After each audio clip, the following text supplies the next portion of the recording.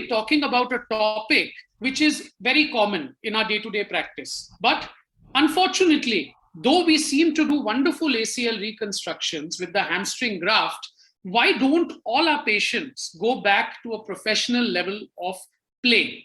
So I'm trying to present certain tips, both based on literature and my own experience, as to how to optimize your results in your ACL reconstructions. So there are multiple factors. So there's a preoperative, intraoperative, and postoperative factors that are interlinked and that contribute to a good result. So we'll first start with intra-op, which is, for me, is the most important factor. So first thing is do a good examination under anesthesia. Your tunnel positions are of paramount importance. Identify associated injuries. Make sure your graft diameter is all right. I don't like using tourniquets, and present literature seems to support that. And all ACLs are not the same. So have a menu approach for every ACL that you do. So examination, of course, you do your standard anterior draw, but also check your other ligaments and compare with the other side. And many times, if you feel you're a little doubtful, fluoroscopy is a great adjunct that you could use and compare whether there's more opening in your collaterals as compared to the other side in 30 degrees and in full extension. Spend time identifying lesions that are often missed. Most important lesion, the ramp tear. Very often missed lesion. It's important to repair them because they could contribute to rotatory instability and cause long-term failure. These are multiple papers that have been published in this regard. Lateral meniscus root tears.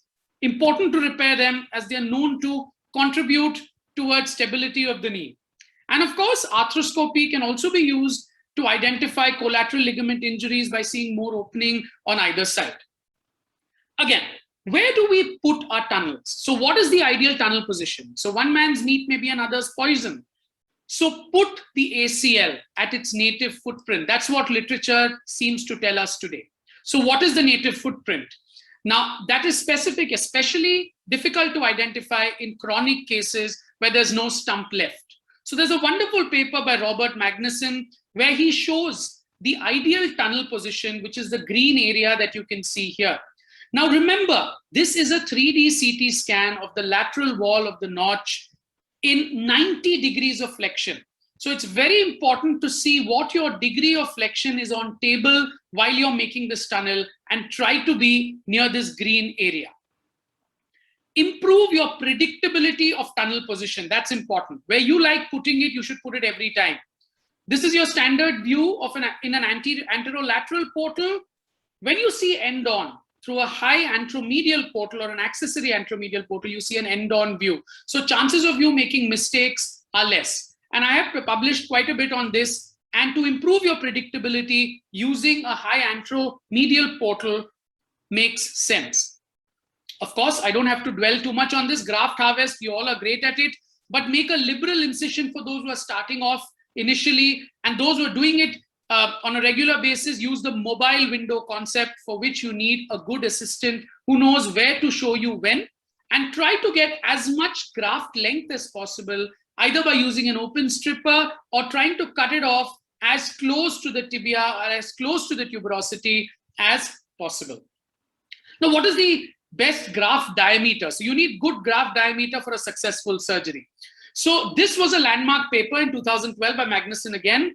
And here he spoke about the 8 millimeter magical figure. But if you read this paper more carefully, he had no revisions in those cases that were 8.5 millimeters or more. So the dictum is at least 8 to 8.5 millimeters diameter grafts produce best results. Are these equatable to our Indian population? Time will tell.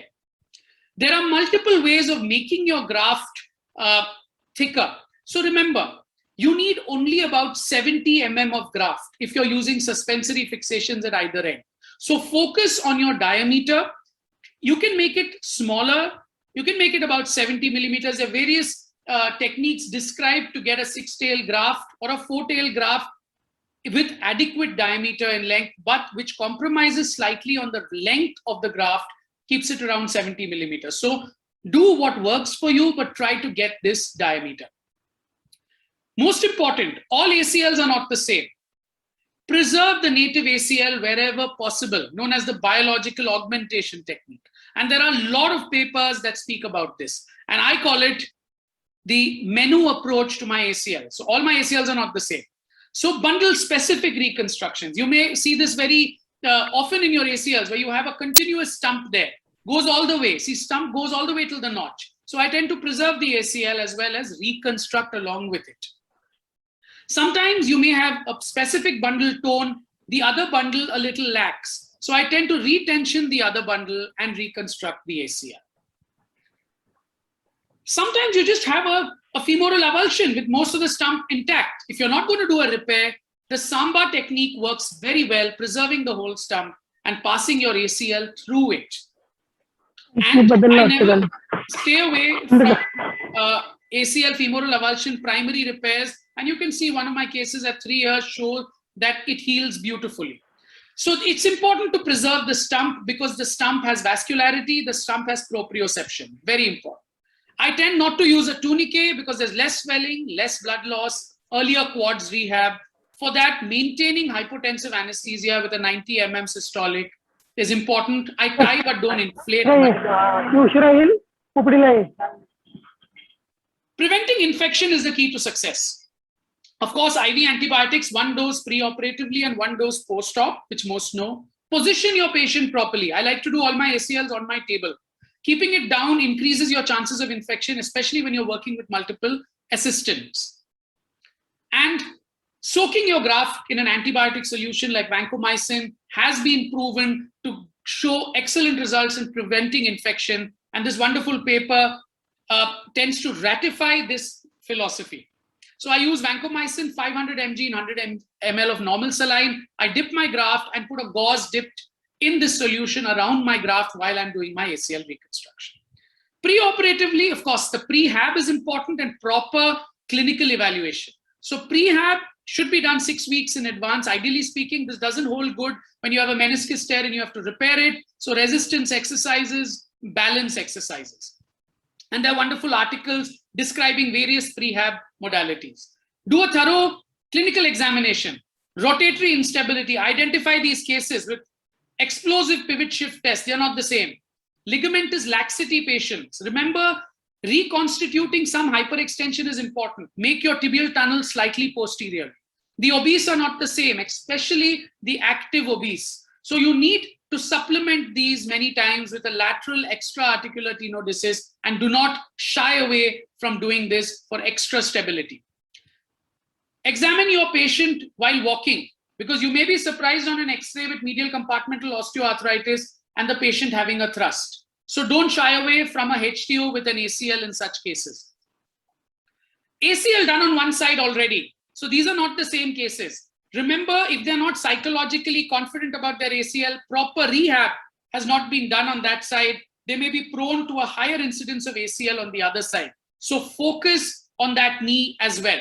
So contralateral ACLs are very common, more common than what you might think, with incidences up to 20%. Post-operatively, I believe in participatory rehab and back to sports, which we'll know about more. So participatory rehab means the surgeon, the physiotherapist, and the patient all interrelated. We need to speak the same language, and it's an integrated approach. Identify not so smooth cases. So if you see a case of effusion, remember, suspect infection. You may have to even aspirate these cases. Send them in. FFDs, reduced range of motion. There's a time when you should manipulate, not just wait that these are all right. And be critical of your surgery. If you have not put your tibial tunnel in the right place, identify these cases at the right time. We'll know more about back to sports with Abhishek later on. There are about 4 phases I follow. And the important thing is to get them back to sport when they basically fulfill 95% of the Melbourne criteria. We'll know more about it later. So my take-home message, spend time and don't miss associated injuries. Have a menu approach for your ACL reconstructions. Don't shy away from add-on procedures like the lateral extra-articular tenodesis, high tibial osteotomy, or the anterolateral ligament reconstruction. And identify complications on time and address them. So little drops make an ocean. Thank you.